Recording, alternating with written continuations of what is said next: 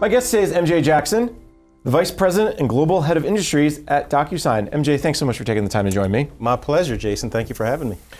As we continue our conversation about reimagining the workplace and how agencies can do a better job of keeping ahead of this, what we'll call a disruptive curve, this is something that, it's changing from a technology perspective. It's changing around the skill sets of the employees, and the shift that we've seen over the last few years of work is something you do, not where you do it. Now, I think the conversation we're going to have today is about how agencies need to learn how best to navigate those disruptions. They need to plan better. They need to think about innovation, both from a technology perspective, but also from a business process perspective. And we know that the Biden administration has put a lot of focus on customer experiences and services. So that's where I'm going to start with my first question for you, MJ. What are you seeing from your clients as you talk to them? They have all these goals about improving customer experience and citizen services. How are they doing it? What are you hearing from them? Well, it's a great question, and I'll start by standardizing on how we define experience. And I think that's a good place to start because it's a rather unique perspective.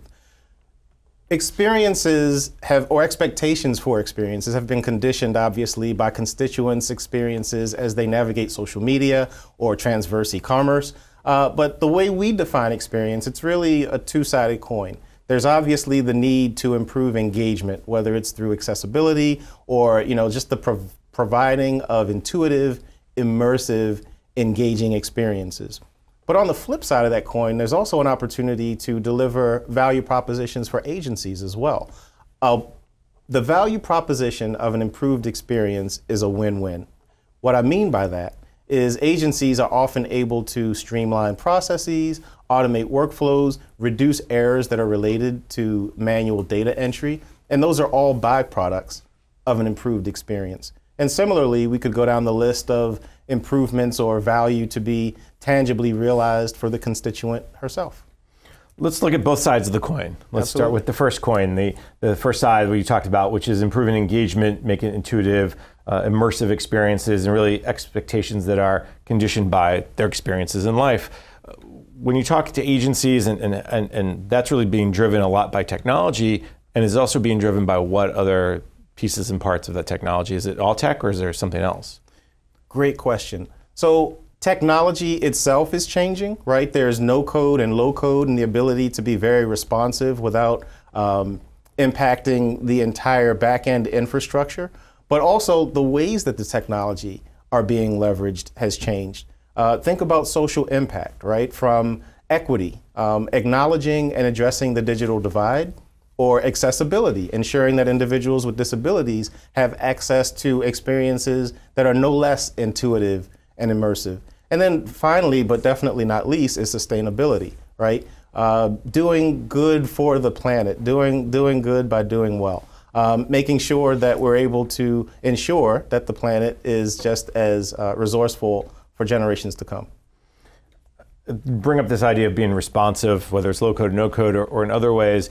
And I think that's also what's driving this citizen services, this customer experience EOs, this idea of how can the government be better. So we'll flip it on the other side of the coin is you talked to this about being a win-win for them, better, you reduce errors, reduce burden.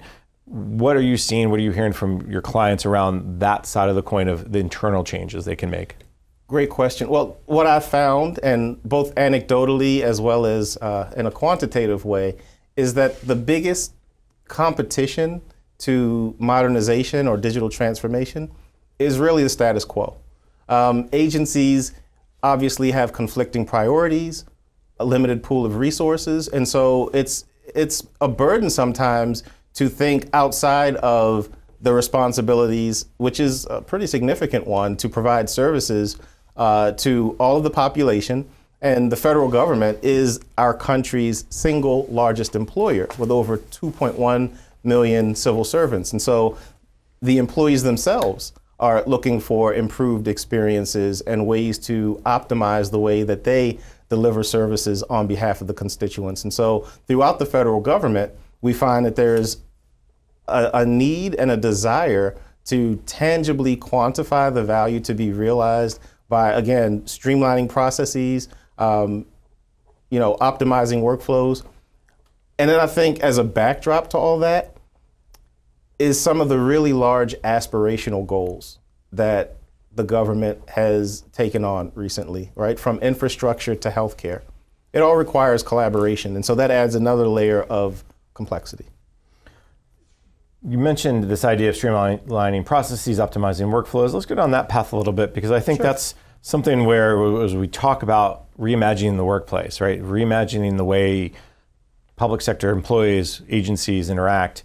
What does that look like? How have you all been able to help out in terms of saying, okay, this workflow used to be very manual, used to be process intensive, used to take, pick your 10 hours to do it. Right. Okay, there's ways to cut it down. Maybe talk a little about how agencies are looking at ways to cut down the workflows, make things simpler, reduce burden. Absolutely. So the examples are limitless, but since we're talking about workforce transformation, and I mentioned the government is in the US, the single largest employer, why don't we talk a little bit about workforce transformation?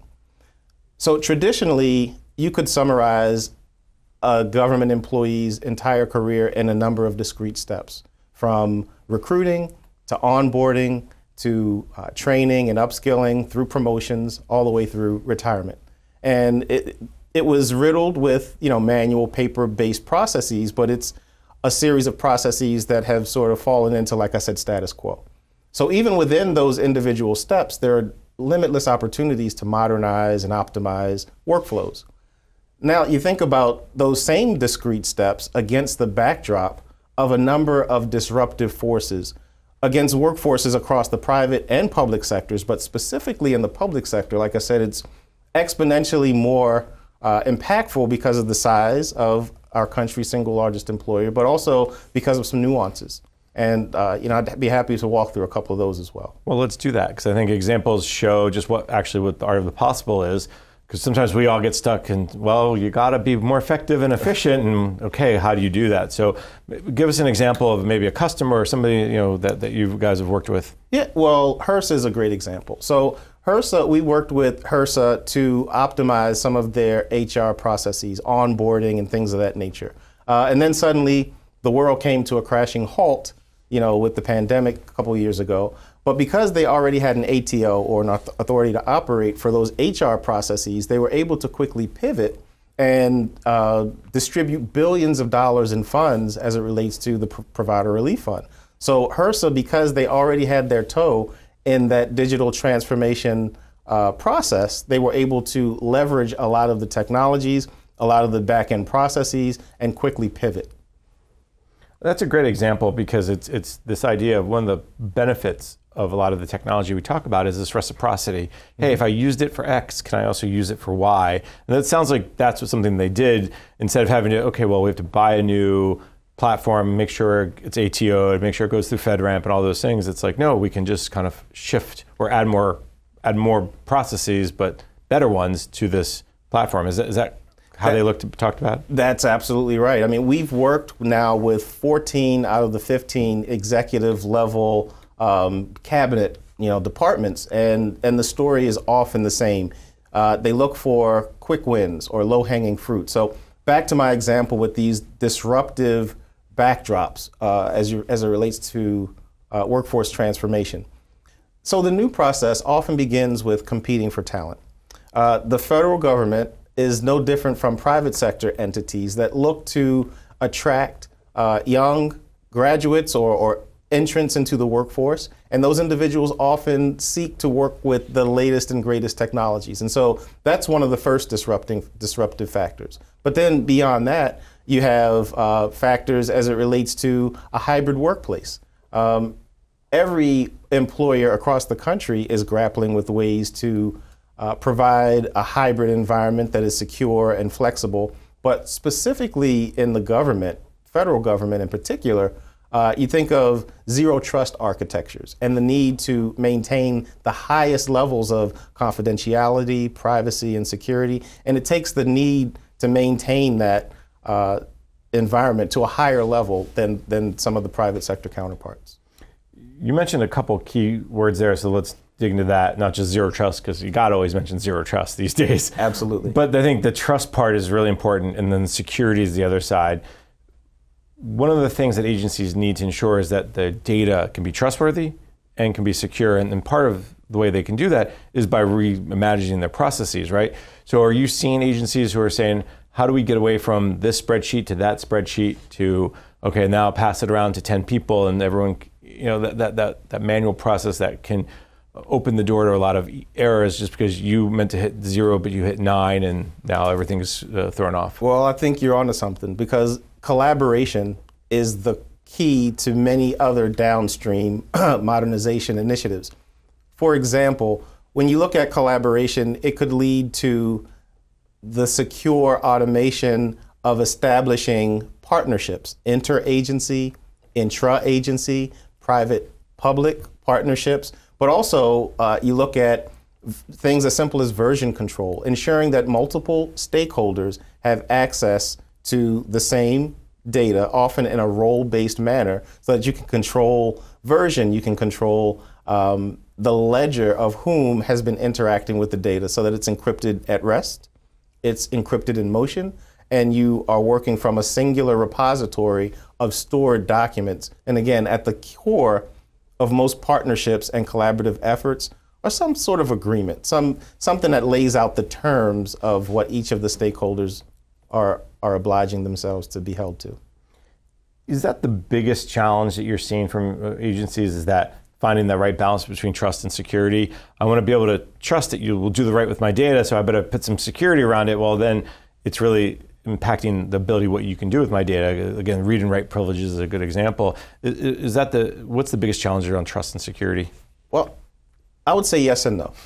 So trust and security is a challenge. It is a consideration, but it should be at the very beginning. Like it's an understood requirement. And then everything else that we do is built on top of that. Even before experience, you want to ensure that not only is the data trustworthy, but the individuals interacting with the data have a certain level of trust between parties, between the constituents and the government, and between cooperative stakeholders in any partnership.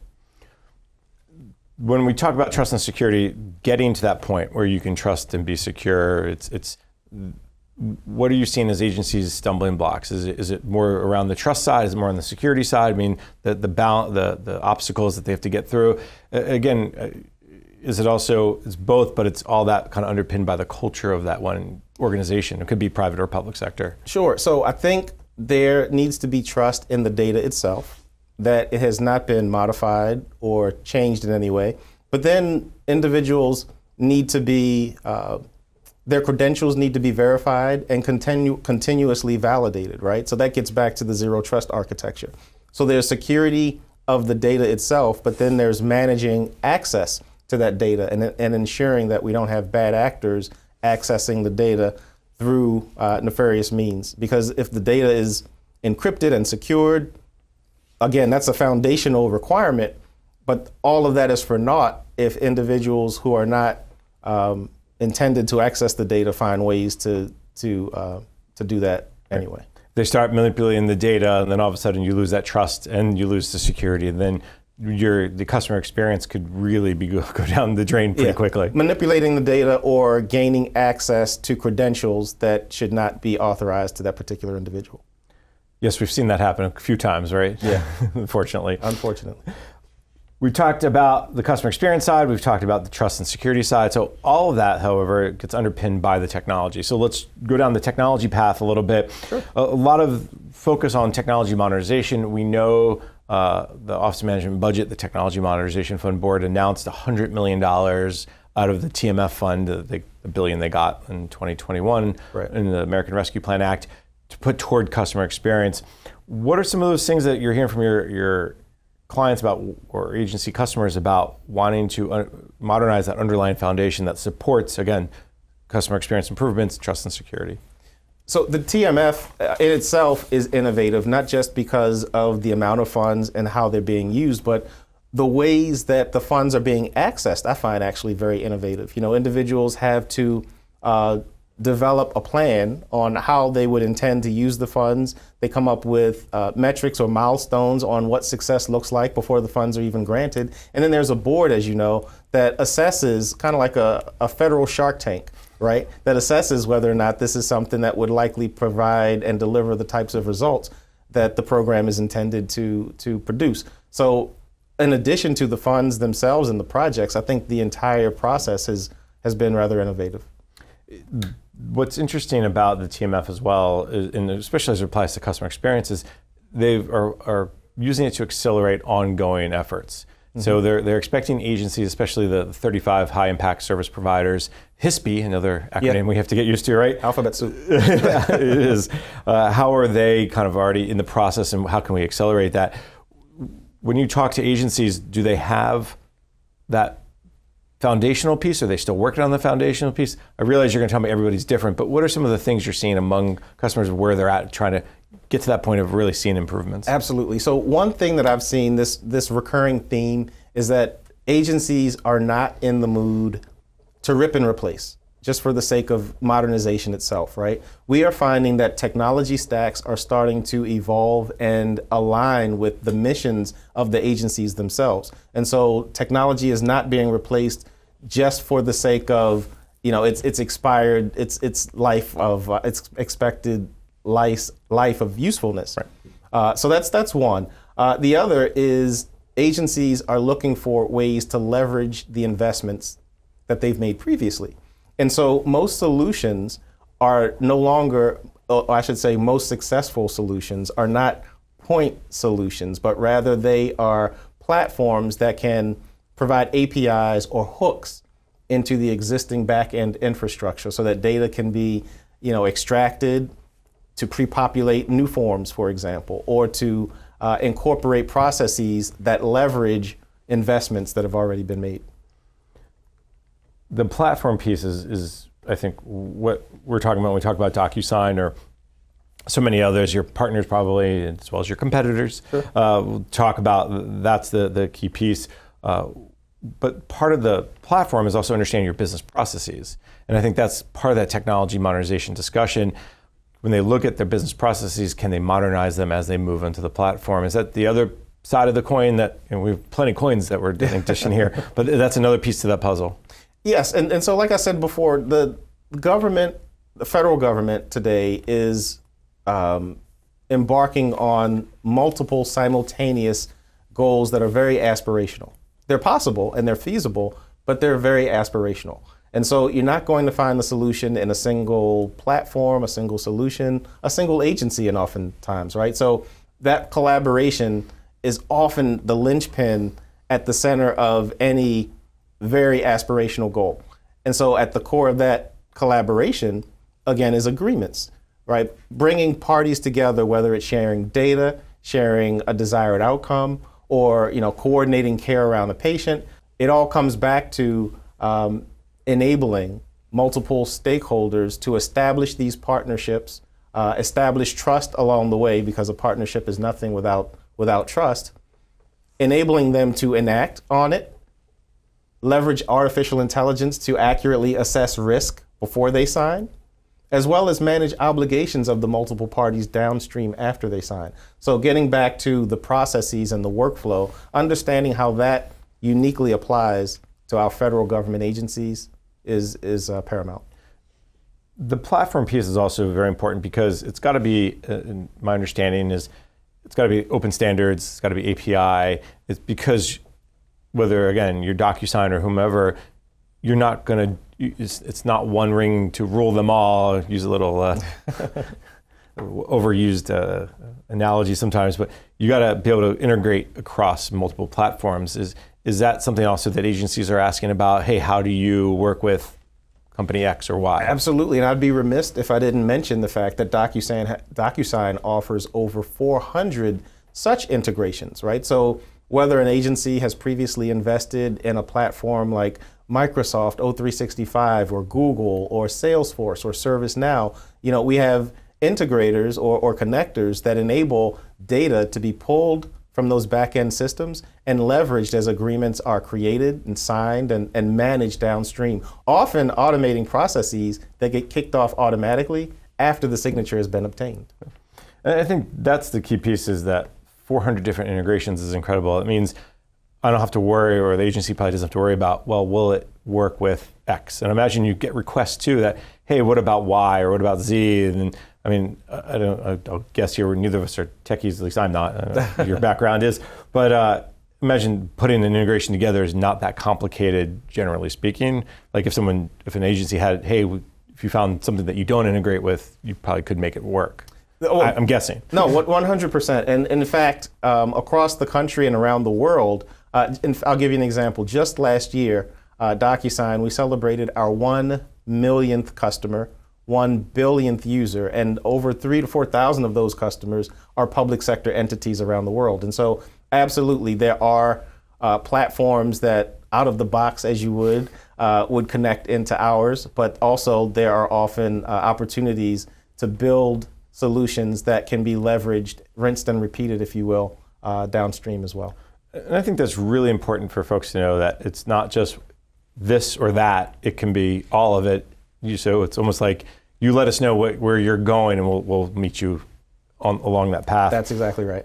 The last piece I just want to talk about is the AI, because you brought that up. Using AI, walk me through how that works. If I'm an agency who has a workflow, where does the AI fit in and how does it help me? Absolutely. So obviously DocuSign is known initially for e-signatures, right? Providing legally binding, easily accessible from anywhere signatures that memorialize the agreements of multiple parties coming to terms at any given time on a set of agreements. But the AI comes into play when we are able to help our clients to assess risk before signing, right? If there are trends that exist, a customer is able to tell whether or not a clause is buried within a multi-page agreement that might exceed their inherent level of risk acceptance based on either an algorithm or based on studying past history of what they've signed in the past. And that's something obviously you would work closely with your customers on to understand what their inherent risks are or what their level of risk is. Yes. And imagine, do agencies understand how that would work, or is that something obviously where you guys come in and kind of break it down? That's definitely where we come in. Like I said, it's not an all or nothing proposition, right? Normally, there are 3 discrete steps to this type of modernization. The first step is digitization in the first place, because the AI is worthless or useless unless the content has been digitized and the algorithms can be applied against it. So that's the first step. The second step is what I call like OpenGov, or how we talked about maintaining a central repository of these signed agreements so that the AI and also independent users have a single source of truth from which the algorithms can be applied and access can be granted. And then finally is what we call smart government, and that's where the AI comes into play. So it's not just a matter of analyzing levels of risk, but also pulling insights out of mountains of hundreds of thousands or millions of forms, contracts, agreements, where insights may otherwise be buried in paper that would take millions of FTE hours to pull.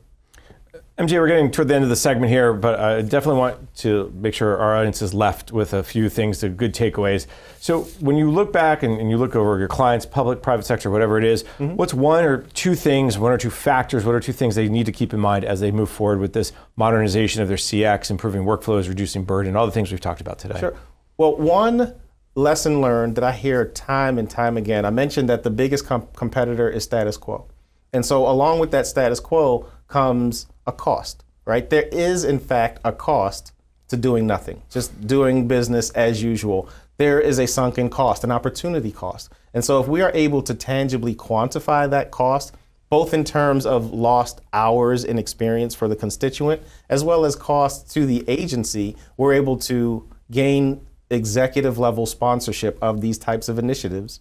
And that's when we really see the magic start to happen. We can deliver real outcomes. We've worked with every state across the country, and like I said, 14 out of 15 federal executive level cabinet departments, and the outcomes, the tangible, measurable results are real.